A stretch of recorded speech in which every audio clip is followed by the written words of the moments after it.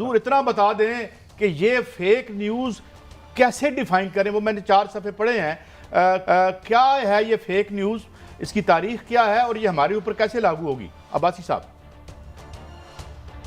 देखिए, false news और fake news में फ़र्क करना सीखना पड़ेगा कि खबर साफी, देखें एक दिन में सैकड़ों खबरें टीवी पर जाती हैं, अखबारों में चलती हैं।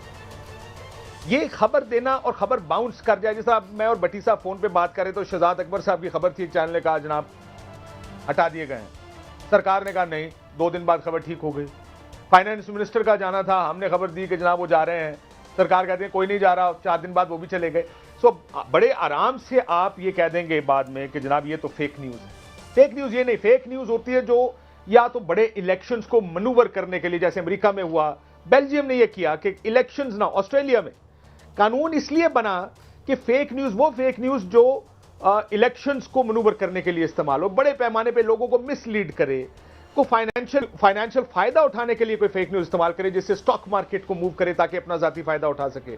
कोरोना का मिसालें दी हुई हैं कि कोरोना के ऊपर आपने देखा होगा कितनी खबरें थी कि वैक्सीनेशन ना कराएं, इससे ये हो जाता है, चिप चली जाती है, इस तरह की चीज जो हेल्थ से रिलेटेड हो, तब तमाम तर ये ऑफकॉम की स्टडी है, ये वाली, ये सब इसमें लिखा है कि क्या फेक न्यूज़ है, क्या मिस इन्फॉर्मेशन है, क्या डिसइन्फॉर्मेशन। ये मैंने आपको पहले भी, अभी थोड़ी देर पहले बता रहा था, यूनेस्को ने 2018, ये उसकी एक हैंडबुक है, 128 सफ़े की है, 22 सफ़े की है, इसमें इंट्रोडक्शन में लिखा है कि जर्नलिज्म को डिस्क्रेडिट करने के लिए फेक न्यूज़ का लफ्ज इजाद किया गया है और ये वेपनाइज करता, बड़ा strong, it has become an emotional weaponise term to undermine and discredit journalism, कि बड़े आराम से ये कह दिया जाए कि जनाब ये तो फेक न्यूज़ है, और साफियों के पीछे जिस तरह हमारे यहाँ पे कि जनाब आप बहुत गलत खबरें देते हैं। देखिए खबर आएगी, हजारों खबरें रोज की आती हैं, उनमें से कुछ गलत होती हैं, बाउंस भी कर जाती हैं, सब चैनल माफी मांग लेता है, अखबार फ्रंट पेज में माफी छाप देता है,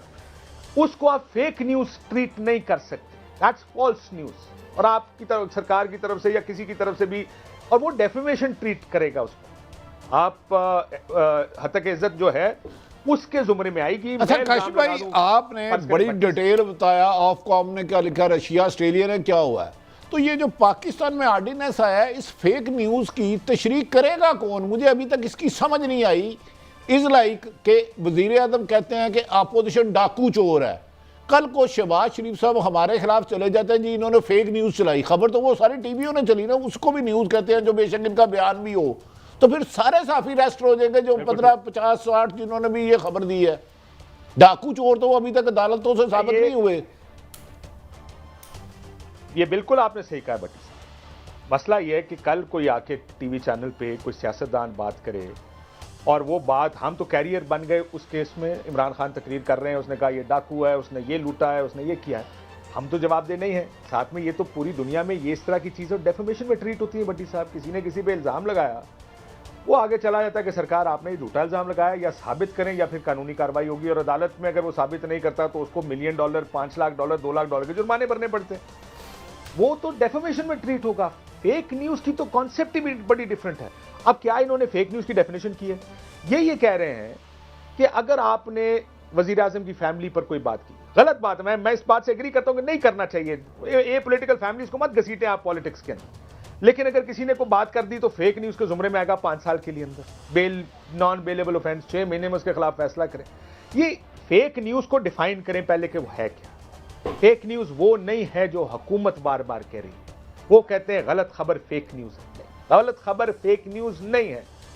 फेक न्यूज़ एक एजेंडे के तहत इंटेंशनली फ्लोट की जाने वाली खबर है, जिससे एक बड़ा फायदा हासिल करने की, चाहे वो माशी हो, सियासी हो, इलेक्टोरल हो, हेल्थ रिलेटेड इश्यूज पर हो, वो फायदा हासिल करने। अच्छा कैसे मैं अर्ज कर रहा हूं उसको, एक तो ये जो ऑर्डिनेंस आया बादियों नजर में, आप ये नहीं समझते पाकिस्तान में सहाफत का गला दबाना इज लाइक के एक काबीना का इजलास होता है, आपसे 2-3 वुज़रा की अच्छी दोस्ती है, वो आपको सारी इंफॉर्मेशन दे देते हैं, और वो भी ये भी कहते हैं भाई मैंने ऑन कैमरा नहीं कहना, आप अपने माशाल्लाह इतने तजर्बे के बाद उसे खबर दे देते हैं, तो क्या उसको भी ये फेक न्यूज़ ट्रीट करेंगे?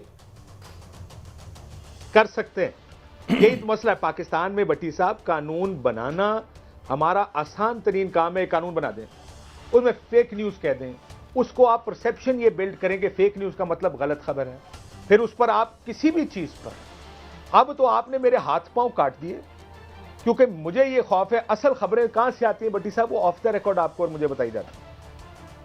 अब वो ऑफ द रिकॉर्ड खबर क्या होती है, जो अनोनिमस सोर्सेज, आप न्यूयॉर्क टाइम्स और वॉशिंगटन पोस्ट उठा के देखें, फ्रंट पेज की बड़ी खबरें अगर सिक्योरिटी रिलेटेड हो, अफगानिस्तान से मुताल्लिक हो, अगर इस तरह की हो, वो होती sources with in pentagon, sources with in white house.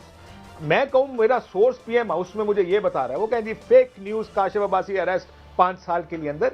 ये है वो खौफ जिसकी वजह से हम कहते हैं कि ये तो इसको गलत इस्तेमाल होगा इस कानून का। ये कानून भट्टी साहब के खिलाफ इस्तेमाल होगा। अगर उसने टीवी पर बैठ के कुछ कह दिया तो कल को उठ के भट्टी साहब को कहेगा भट्टी साहब। काशिफ भाई आप जानते हैं मैं माफी चाहता हूं, आप मेरे फेवरेट एंकर है, मैं थोड़ा सा मलक साहब का जरा टाइम ले रहा हूं, इनसे भी माजरत। एक पाकिस्तान के मोहतरम काबिल एहतराम उनकी मिसिस के बारे में कहते हैं गलत है, वो हमारे लिए काबिल इज्जत है। जो गैर सियासी लोग हैं उनकी माओं बहनों बेटियों की इज्जत हम सब पर फर्ज है। जो उन पर करैक्टर असैसिनेशन करता है, गलाजत है, उसके खिलाफ सख्त कार्रवाई की जाए।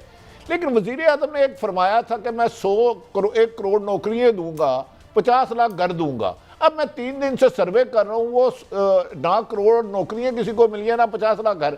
तो ये फेक न्यूज़ पे मैं 10 दफ़ा प्रोग्राम कर चुका हूं, तो मेरी सजा तो कम से कम 50,000 साल फांसी हो जाएगी या 50,000 कैद हो जाएगी, मैं तो फंस जाऊंगा। आपने तो इसमें कोई प्रोग्राम किया 100 करोड़ नौकरियों पे और 50 लाख घरों पे।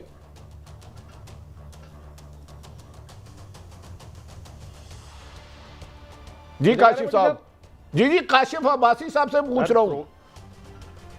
अगर वादे याद ना कराएं, अगर इन चीजों पे प्रोग्राम ना करें, तो यहां पे फिर सरकार की वाह करने थोड़ी बैठे हैं भट्टी साहब। सरकार के साथ तो हमारी दोस्ती हो नहीं सकती ना जी। जर्नलिस्ट तो एडवर्सरी, बाय डेफिनेशन एडवर्सरी है हुकूमत का।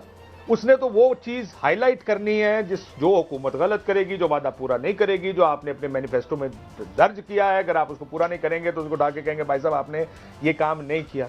मैंने तो बाय डेफिनेशन काम ही ये करना है। अगर हर चीज के ऊपर झूठ बोलने का इल्जाम लगा के अगर आपने साफियों को बंद करना शुरू किया, ये जेलें कम पड़ जाएंगी भट्टी साहब। ये सोशल मीडिया और जर्नलिस्ट, ये 2 लाख बंदा अंदर बैठा होगा, वजह किसी के ऊपर कोई भी इल्जाम लगा दें कि सर इसने ये बड़ी ये खबर इसने गलत दी है, ये काम इसने जो बात की है वो अब साबित कौन करेगा किसी चीज को? कुछ वेग चीजें जो साबित नहीं हो सकती हैं। कुछ चीजें ऐसी हैं जो कैबिनेट की मीटिंग के अंदर की, मेरी ब्रेक फोन के ऊपर आपसे बात हो रही थी कि कैबिनेट की मीटिंग में कोई गुफ्तगू होती है, मुझे कोई आके वजीर या आपको आके बता देता है, हम उसको रिपोर्ट कर देते हैं।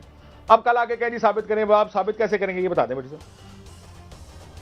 तो ये जो आपने कहा डिस्क्रेडिट करना, इसका मतलब है मकसद हुआ। मलिक साहब प्लीज। काशिफ मैं चाह रहा था आपको ओपिनियन लेना। दुनिया भर में डेमोक्रेसी में यहाँ पे फेक न्यूज़ के खिलाफ एक प्रोटेक्शन ली जाती है, राइट टू नो। कोई सिटीजन, कोई जर्नलिस्ट हुकूमत से, रियासत से कहीं जाके पहले पूछेगा कि यार ये खबर है, आप इसका मुझे राइट दें। आप तो मुझे खबर देते नहीं है, तो मैं तो डिपेंडेंट हूँ 100% सोर्स पे। तो ये बड़ी इनलॉजिकल बात नहीं है। यहाँ तो हमारे शायद हुकूमत को पता नहीं कि वो डेमोक्रेटिक रिजीम है, राइट टू नो है हमारे यहाँ, आप समझते हैं? नहीं सर, राइट टू नो है, कानूनन तो है। तो फिर आप राइट टू नो है नहीं। और साथ में आज तक रियासत ने कोई खबर दी नहीं है। बिल्कुल, मैं इसीलिए कह रहा हूं कि ये तो हमारा बड़ा मसला बन गया ना जी। हमारा बड़ा मसला ये है कि हम खबर ढूंढने के लिए, खबर आती किस तरह कि आप कभी एक के पास दूसरे के पास। अभी मेरे न्यूज़ चैनल के जो हेड है उनके साथ मेरी बात हो रही थी, तो उन्होंने मुझे कहा कि यार ये फलानी चीज़ हो रही है, ये अदम एतमाद है क्या? मैं कब किसी आके मिलना पड़ेगा? कहते हैं सरकार हुकूमती बंदों से। मैं कहा यार 2-3 लोगों से मिलकर देखते हैं कि हुकूमत क्या कहती। अब वो आपको या मुझे कुछ बताए, एक आदमी जो बहुत करीब है प्राइम मिनिस्टर के या हुकूमत के, वो आपको खबर बताए, आप खबर चला दें, फिर क्या करेंगे आप? वो कहेंगे खबर गलत है, मैं और आप तो जेल में। मुझे तो मसला ये है कि ये इस हद तक मिसयूज हो सकता है कानून कि जितना कोई मिसयूज कर सकता है वो इसको मिसयूज करेगा। दैट्स आवर बिगर प्रॉब्लम कि हम फिर इस खाते में हम तो जेल के अंदर ही बैठे रहेंगे। हमें तो मेरा ख्याल है दोपहर भी देखनी शायद ना हो कि हम इसको दोपहर भी कोई देख सकें बाहर आके।